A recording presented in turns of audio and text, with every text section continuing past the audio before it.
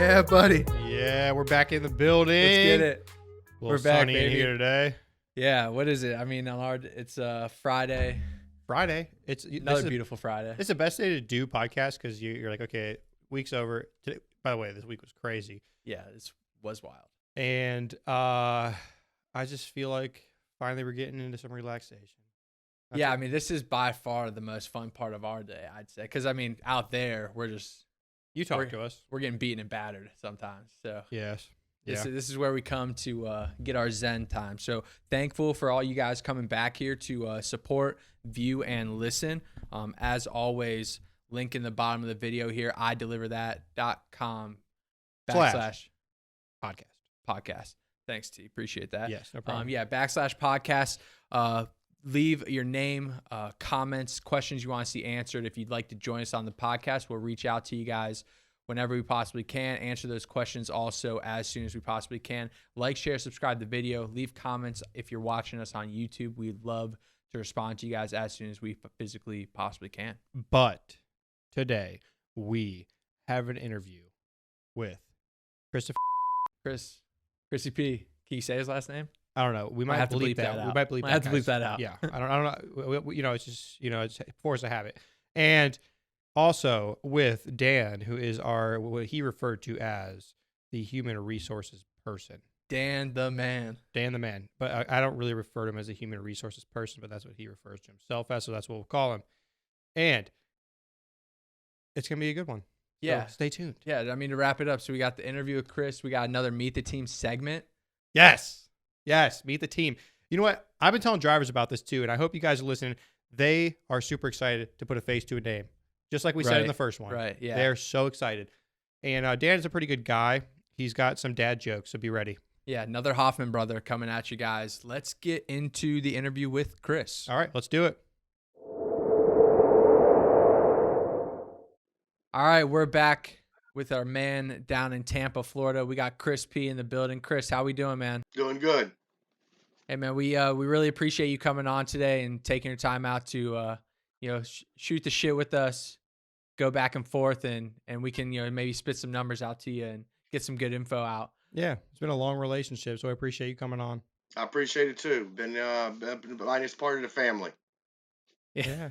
Well, yeah, one big happy family. We're dishing out deliveries. You guys are taking them for us down there in Tampa. About when do you think you started? It was like summer 2019, we think?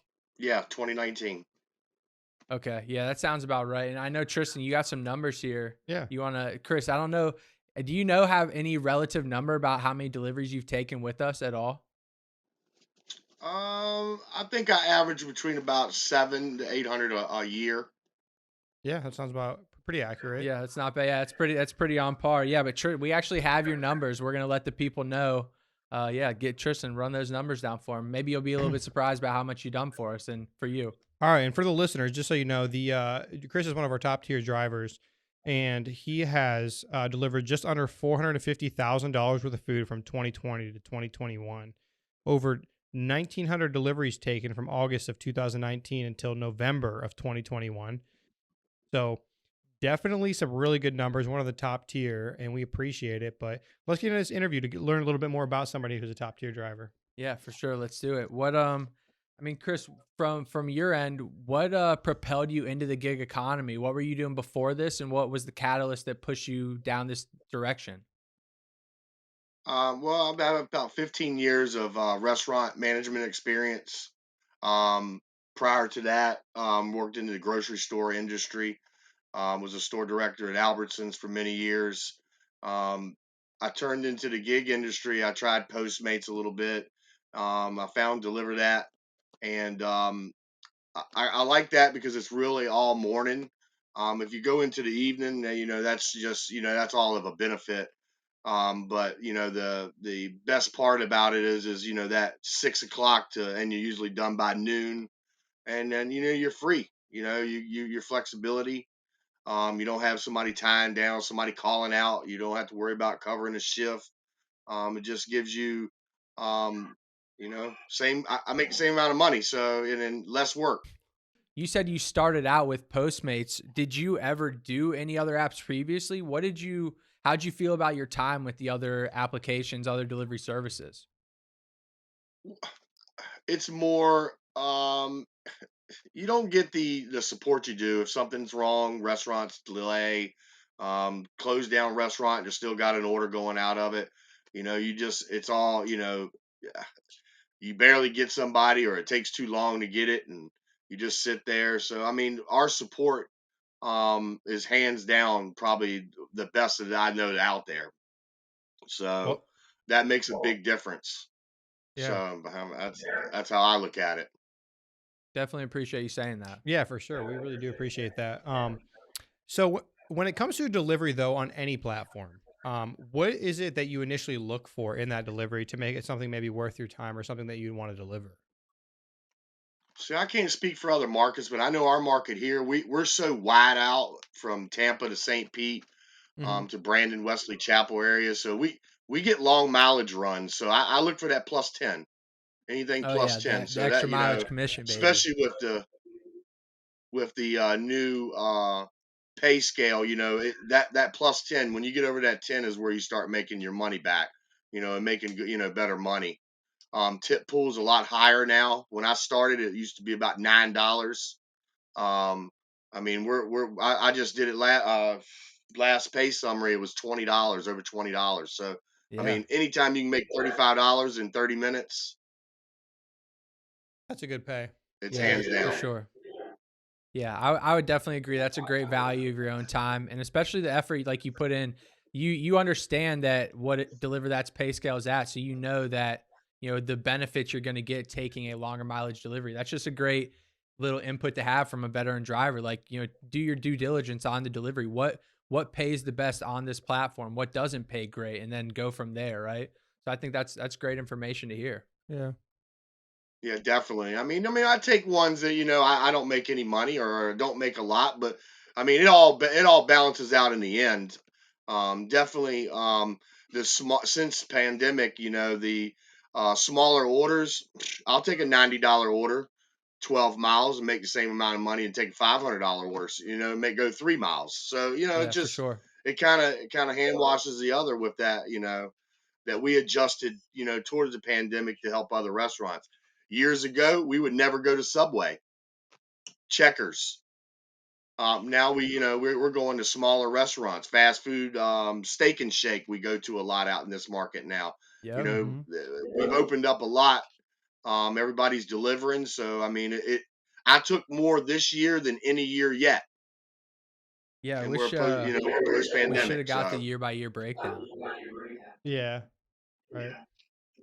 Um, But like he said there too, though that tip will it was 20. I think this will air a little later on, but yeah, those that what the Thanksgiving week and then those last like 3 weeks of December, tip pool was I think at one point it was at like 27.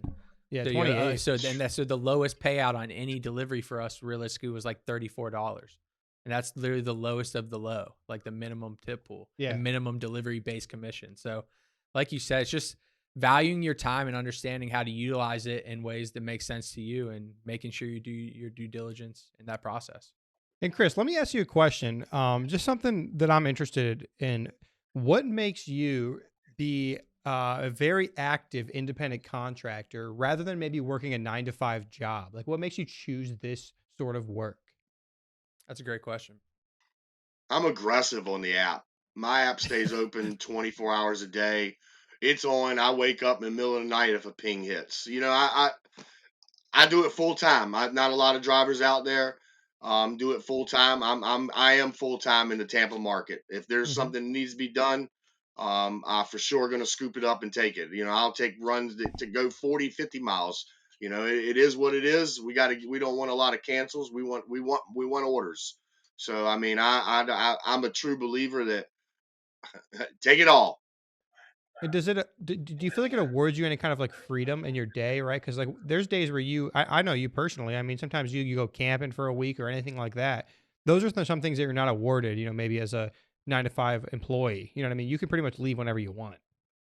Oh, absolutely. I tell you, during the summer, I went camping every other week. I mean, I bust my rump, and then I take off for the long weekends. I mean, it is what it is, and then I'll rotate it. I'll take the first part of the week off, and it's you got to kind of balance it out, see where the orders are coming in.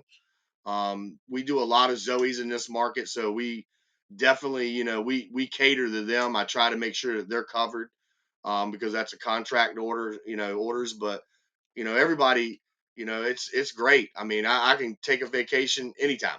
One thing I gotta mention on this interview right now is you are one of the star drivers that maintains a relationship with restaurants, right?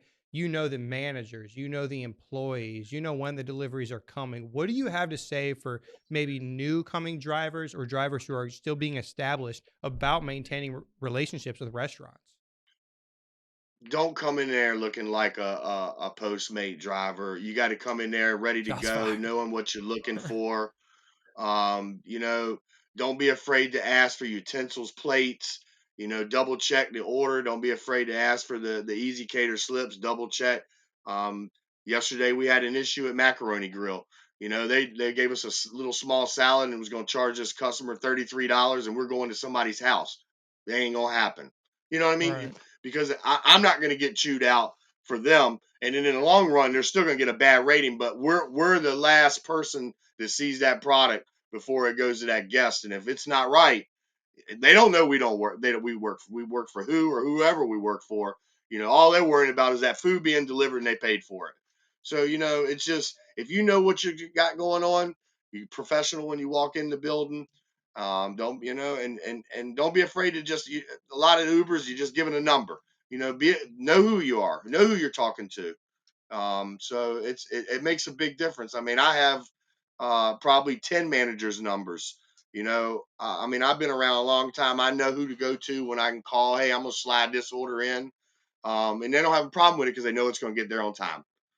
That's always appreciated too. Taking that extra effort, and like we had interview with Kevin Redding from Luna Grill, and one thing he says is, it's all about attitude and like how are you walking in there, because he says, that perception, that attitude, it's only going to rub off on the customer at the end, at the end destination. So, if you go in there, whether you're early, whether you're late, on time, whatever, how do you address that situation? Are you gonna come in there and say, "Oh, I'm late to this delivery because of this delivery," or are you just gonna walk in, take ownership of the situation, and make the best out of it you possibly can? Because it only creates an issue or problems when you start the situation trying to make excuses for yourself or excuses for the service or excuses for the restaurant. Like just take ownership of the situation, explain it as best you can, and do the best you can, and that's all you can ask and that's all you can give. So Right. what as long as you can lay your head down at night understanding you gave your best effort and did all you could, I'll applaud your effort. I appreciate everything you would do. Mm-hmm. Yeah, and Chris, I think you're a great example of um, what a lot of contractors can do using platforms like DeliverThat or other platforms in general. We're not just here to talk about DeliverThat, but as a resource to provide an income and have the freedom, to really make a business and use DeliverThat or any other platform as a resource. And you're just a great example of that. So, do you? We did talk about the building relationships with restaurants and managers and things like that. But do you have any tips or tricks for drivers that could be helpful to them getting started in delivering catering orders and whatnot? Anything that has helped you a lot? I know you got something. Well, I mean, you got to know your area. You got to know, you know, I mean, it takes a little while to know what restaurants are going to take a little longer, what restaurants are going to be sitting on ready to go.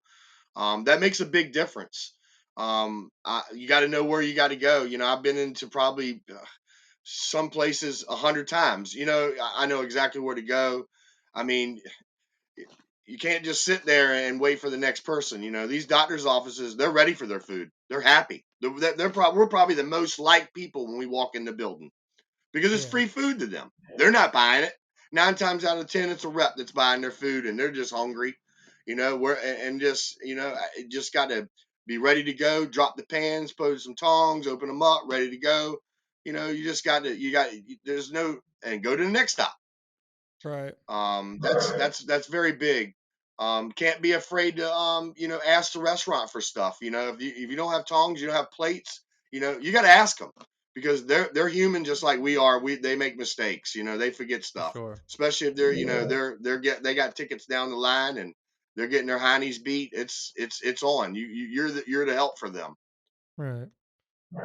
Yeah, it makes me feel like for you, like a lot of it was learning through experience. Now you know what you're doing. Now you know where to go. Now you know how to drop the food. Now you know how to set it up. All those kinds of things. So you learned a lot through experience. Um, What about you said there, like when you walk in the building, we're like some of the most like people, and you kind of gave that subtle jab to Postmates earlier. What do you have like an interpretation of like the perception of third party delivery as it stands right now? Like a lot of it, like the Uber Eats and the DoorDashes of the world, kind of get you know down, poo pooed on, whatever, shit on, whatever, if we can curse on the show anymore. But we'll say shit on a little bit by the public, and the perception is they don't uphold the standards, or they undercut the drivers, or they overcut the restaurants, whatever you want to call it. How do you feel? Do you feel like you're out there, making that perception better, or doing something that would make that idea of third party delivery, better at the end of the day? I mean, absolutely. I mean, you see a Uber Eats driver or Postmates that got flip flops on, cut off T-shirts. I mean, we as a brand, we don't do that. That makes a big difference. I mean, I ain't gonna lie. I've been doing it for 3 years. I haven't wore khaki pants but 3 times. I mean, because we're at 90 degrees, 363 days a year.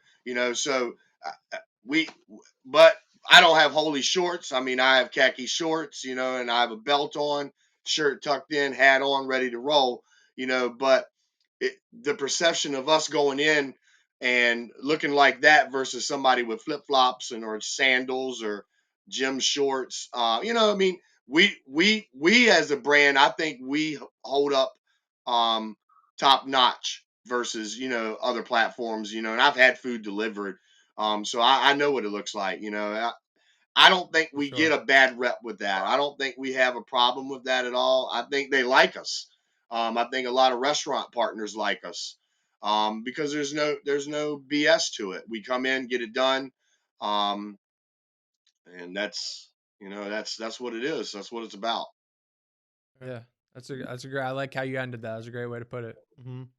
Uh, this is a little bit of a, it could be like a, maybe, I don't want to say touchy subject, but a weird place to go. But we have mentioned it before. And sometimes we say, and this isn't that, well, let me just say, sometimes we say, sometimes the best driver is a driver who you rarely have to speak to.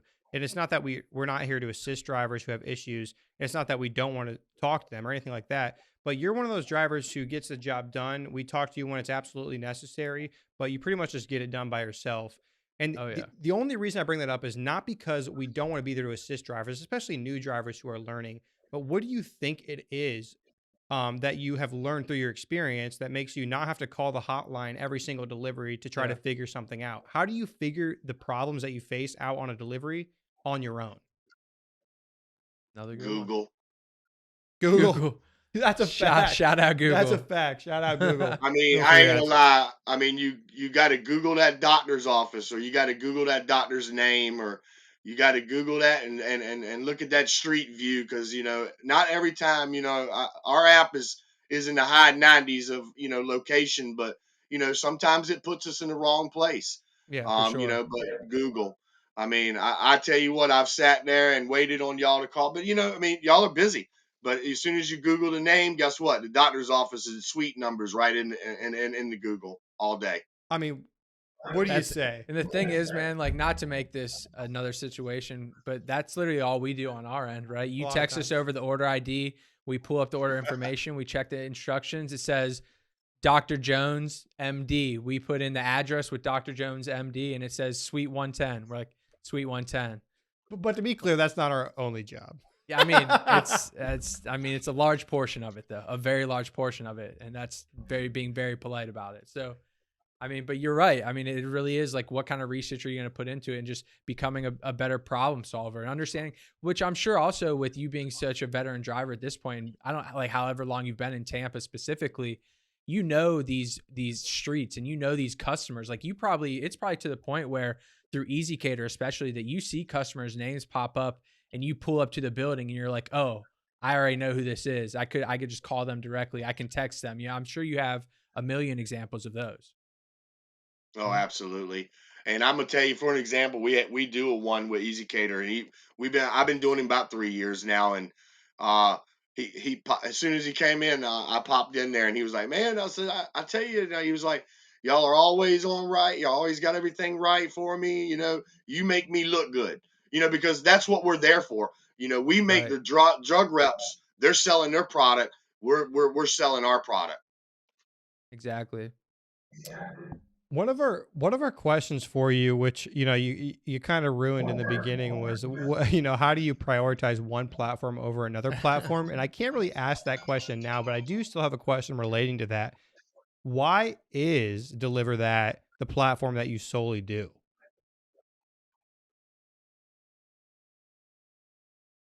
I make great money. Short and sweet.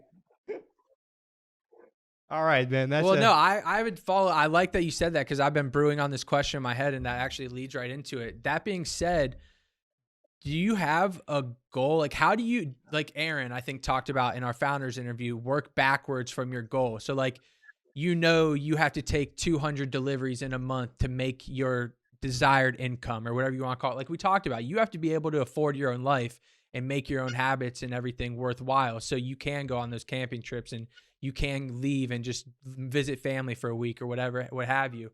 So how do you yourself set goals, and how do you monitor what you're making and making sure you're achieving the income values that you actually do want to make? Is there like, do you start at so many deliveries and work backwards? Is that something you do? Or do you just take them all and say, hey, this is what I'm going to make? I like that platinum.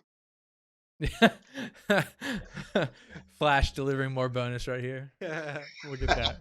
Yep. Yeah, that's true though. When there is an incentive at the end of the line, why not just take as many as you can? You're going to be guaranteed, what is it? 250, 200, 225. Yeah. Plus, Yeah, we're getting gift producer card. Jim 225. So yeah. So I mean, if at the end of the month or end of the quarter, I guess you're getting an extra 225. It's already in the pocket, especially with the numbers you're doing. I mean, that's a no brainer.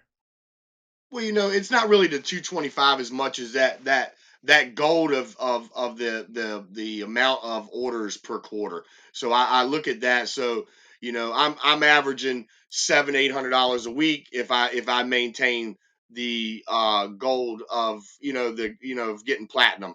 So that's how I look at it.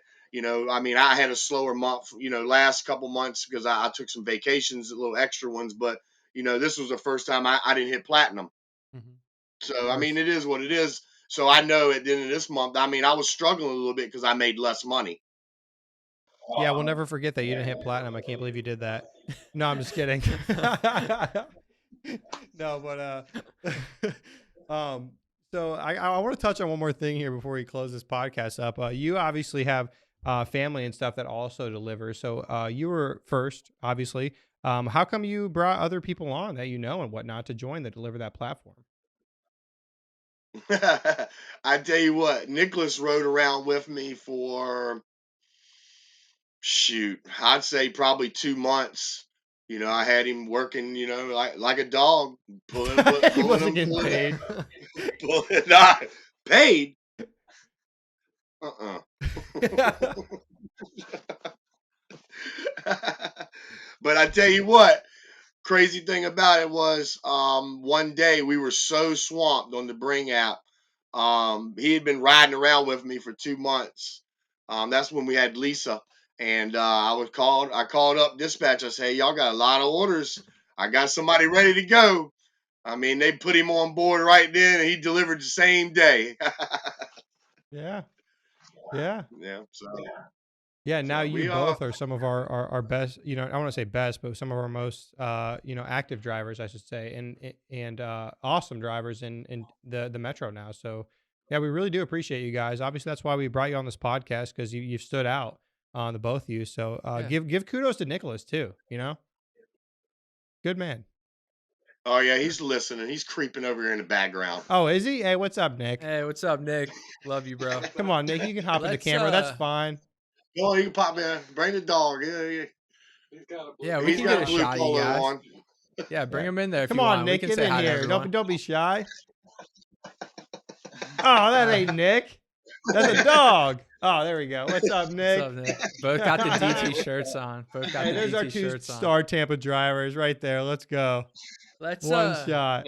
We gotta wrap this up a little bit though, but I got a closing question. I just want to know from you, and I like that Nick's in here now. You guys can maybe brainstorm together here. What in the coming year, or maybe by end of 2022 or 2023, what do you guys want to see from DeliverThat as a platform? Do you want to see, better service, better tech, better, more orders, better pay? Like, what is it from you guys you would like to see? I mean, the pay balances out pretty well. I mean, we're out there. The tip pool is where you really need to, that's where we make our money. That $7 or $8 is definitely is not a big thing. It's the tip pool. And the more orders that we get in, the more orders that we get in for the tip pool, generated. But other than that, contract orders, we're going to get them. We ran through Moe's down in this market. Zoe's is getting ready to change again. So, I mean, it is what it is. So tip pool is where I look for it. I mean, I look at $30, $35 every time I take an Easy Cater order. And that's pretty good.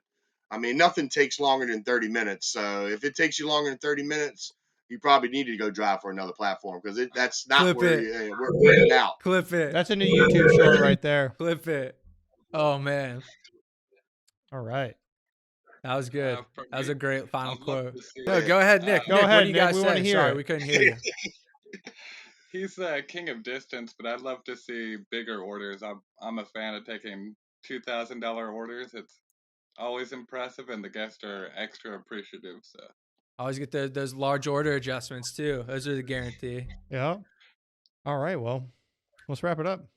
Cool. Well, yeah, we appreciate you guys coming on. Obviously, having you guys down in Tampa for going on 3 years in the summer come this year is an amazing thing to do, and building these relationships and giving everyone a platform to have an open dialogue is really what the goal of all this is. So thank you guys so much. We love the dog and Nick coming on. We can see everyone, see the crew, and obviously, guys, if you need anything, I'm sure we'll be talking to you bright and early over the weekend, or see you first thing Monday morning.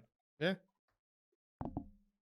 Definitely appreciate that. Yeah. Thanks for hopping on, the both of you. Thanks for Nick for sneaking in there at the end. Appreciate you. Right here from Tampa Bay. Tampa Bay. Oh man. Oh, man. All Got Tom yeah, Brady we're on the outta here. adoption. We're out of here. Yeah. See you later. Well, I'll tell you what, T. I always enjoy speaking to drivers like Chris who can give a perspective from the ground up. Similar to Terry, the first two drivers we've talked to have been legitimately, I don't know if Chris was, but Terry for sure was one of the first driver we had in Phoenix, and I believe Chris was in the handful of first drivers we had. So to have an individual who's been with you since the inception of your company in a new territory is just I can't think of the correct word, but it's priceless information and an amazing conversation to have. Yeah, and regardless of whether or not he was here, like in the foundation of where he's at as a Tampa, the upcoming of that market, he has become he's laid the foundation for what it takes to be a successful driver.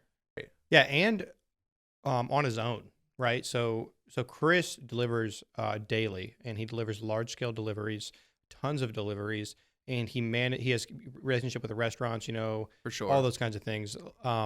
But he does that on his own. He really does run his own sort of business and uses DeliverThat as a resource to do so. So that for sure, it's amazing to interview him and get some of those tips and tricks for the drivers out there, because I will tell you guys listening, Chris is one of the most successful drivers on the DeliverThat platform. 100%. No question about it at all. Top 5 at all times, if not top 2, top 1. Yeah, he might be in the top 2. Yeah, at all times. So yeah, of course, appreciate Chris for his time.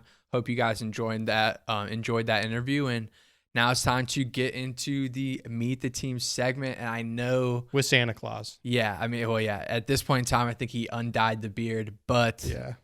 Just yesterday, we're recording this the day of our Christmas party. So it's like the 3rd week of December here.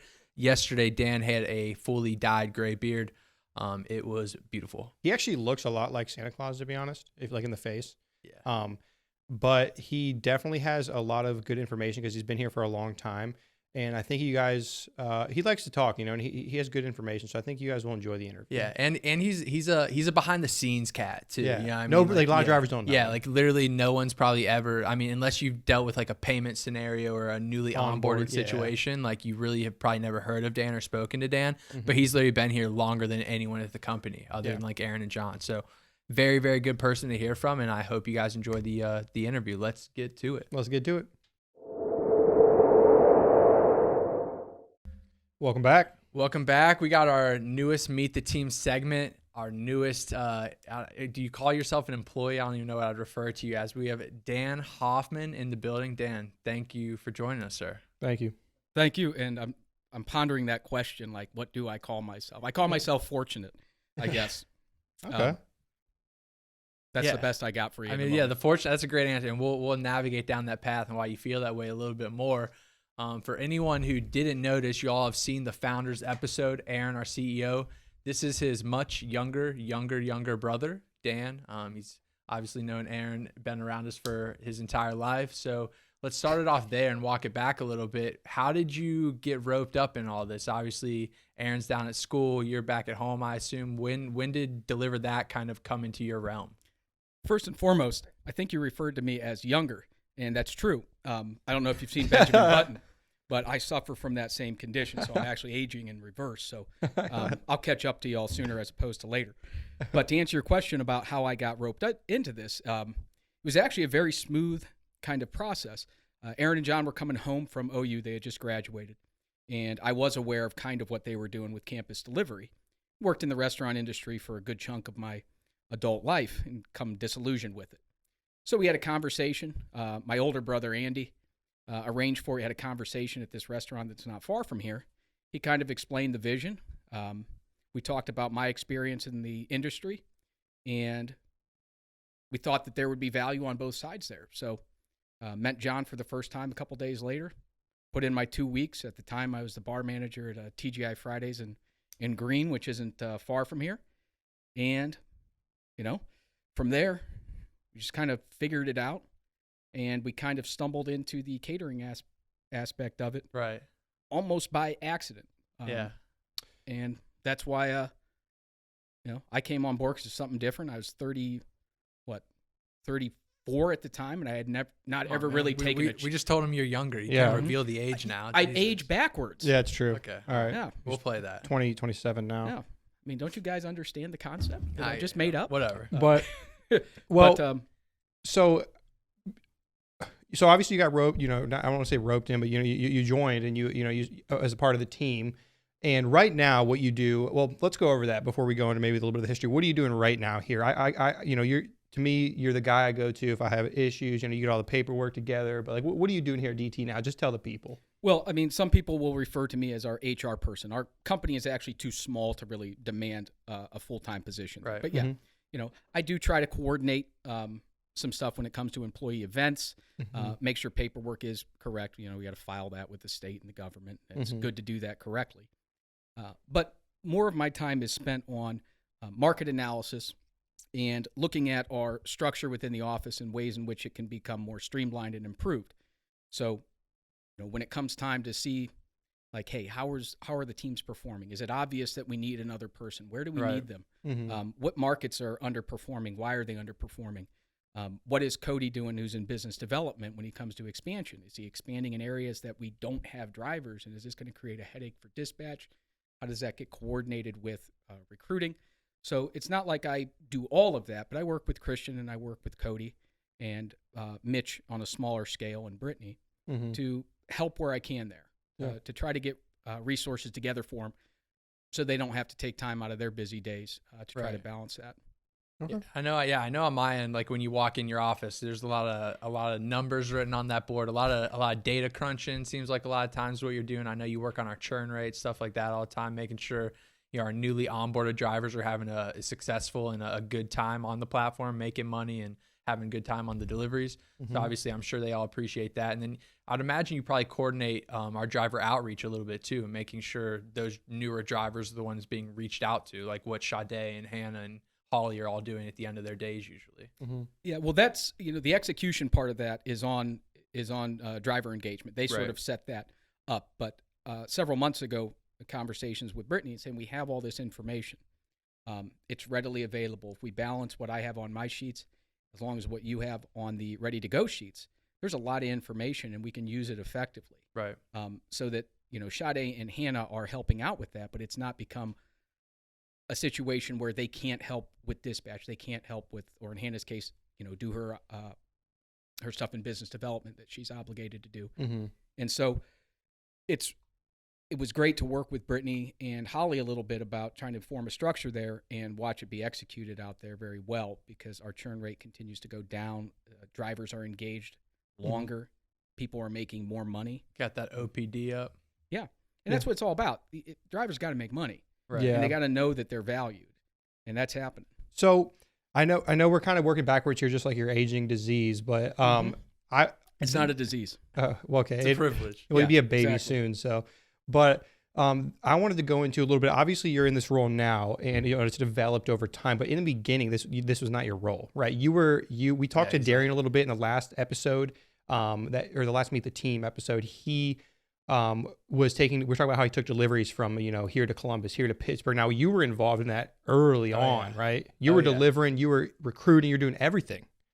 Well, my first interaction with Dan is it's not that funny of a story, but initially when I started as a driver, like I think January 2018, one of my first interactions was Dan. Well, first I met Dave, who's the other Hoffman brother, who was working still with us at the time. He took me on my first ride along, which we were doing for the onboarding process at the time. And then like maybe a week later, Darian hit me up and was like, "Hey, do you want to try and help us in sales?" And I was like, I'm not really a salesman kind of guy. I'm not really like a bullshitter. Like I'm a very straight to the point, like let's get to it and get it done kind of person. So I don't really have the time to get into all that. But my first experience meeting Dan, we met up at Einstein Bros, Einstein Bagel, Einstein Bros up in Akron. And it was for like a in-person sales. Like we were trying to get these catering business from Einstein Bros in Akron. Wow. And that was my first interaction with Dan. So I know at some point you were working sales. I know you were in like all the group meetings in the old days with like Old Carolina and stuff, which there's funnier stories behind that. But yeah, what were you doing at the beginning? And like Tristan said, when this first started, did you have like this vision like Aaron and John had? Did you think this was like a good niche to be in? Did you think it was going to be successful? Well, to be honest with you, to answer that question, I didn't really worry about that because if that would have gotten in the way, it would have been really hard to do what we were trying to do. So I was on the road constantly. Mm-hmm. Delivery, more or less. We called it territory manager at the time, but that's sort of right. evolved. But at the very beginning, we've got deliveries being sent to us in these really crude emails. People at restaurants taking pictures of an order form, sending it to us, and then Aaron forwards it to me. Then I'm reaching out to drivers via text on my own phone, screen capturing these orders and saying like, "Hey, would you take this?" And you're like, "Yeah, I'll take this." And then you have no idea whether or not. Yeah, you have no idea if they're locked in. You have no idea where they're at. Yeah. We had no logistics software at that time. There's nothing. Jeez. And so it was sort of like that, and that was the way I made a living. So I had to take a lot of deliveries. Yeah. Just to stay afloat. And it was super chaotic. No systems in place. But we made it work. And in the first year and a half, I had two. You guys know about the Death Machine. It was my old Elantra, and I put about 70,000 miles on that in 18 months. Excuse me, and another about 20,000 miles on the Jeep I had, and so all things together, I put a lot of miles on the car, going to Columbus, going to Pittsburgh, and then trying to recruit, and again, no systems. How the hell do you recruit when you don't even know what you're selling? No way to track it. No idea who's reaching out to who. Yeah. They're like, "What do you do?" And I'm like, "Well, I get in my car every day and I drive someplace. You make and I it pick work. up food." Yeah, and they're like, "That sounds great." So, I will say this. Sorry to. No, sorry. About the ride along concept. That's where that got born. Okay. In the very, very early stage, it was my great idea to say, well, why don't we take? Her name was Christina. Why don't you take Christina out with me so she can get the feel of it? Mm-hmm. And that system was put in place there, and it never improved. I mean, at the time, though, it was a pretty novel idea. Yeah. What was the ride along? Because a lot of people, we haven't done it in a while. Yeah. So I mean, as of the COVID era, since we've been in the COVID era. Pre-COVID, we did ride-alongs where we just basically reached out to drivers who were interested in the platform. You had them meet up with what at the time was a lead driver.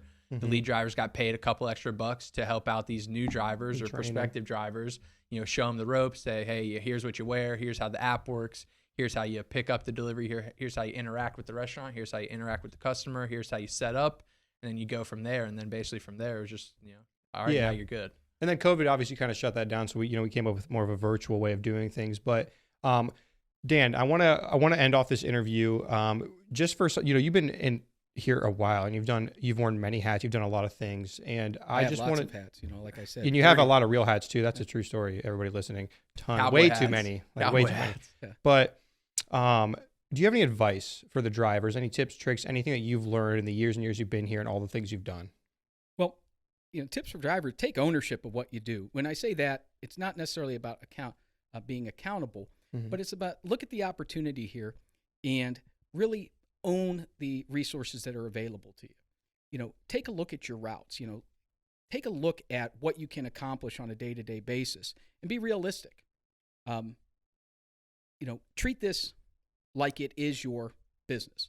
I think that in the essence, independent contractors can create their own business for themselves, and they're in good shape if they do so. But we have resources available through our driver assistance portal, through our support mechanisms that are both online, through our YouTube channel that has educational material as well. Take advantage of these things. Don't rely on other people to do the work you can do for yourself, because you're going to find a better level of success if you're doing it yourself. And also find balance in your day. No sense in relying on somebody else to tell you how to route or how to, schedule your day. Yeah. The resources out there to do it. You got to agree with that. I know we've already touched on it too, I believe, in other episodes, But you can tell it's true now. Everybody touches on it. And it's we talked about, I think we talked about in the episodes that aren't even going to get released, but like being an independent contract, right? This is your book of business. You should treat it like such. So yeah, I think that's a great point to make. But thank you, Dan, for coming on.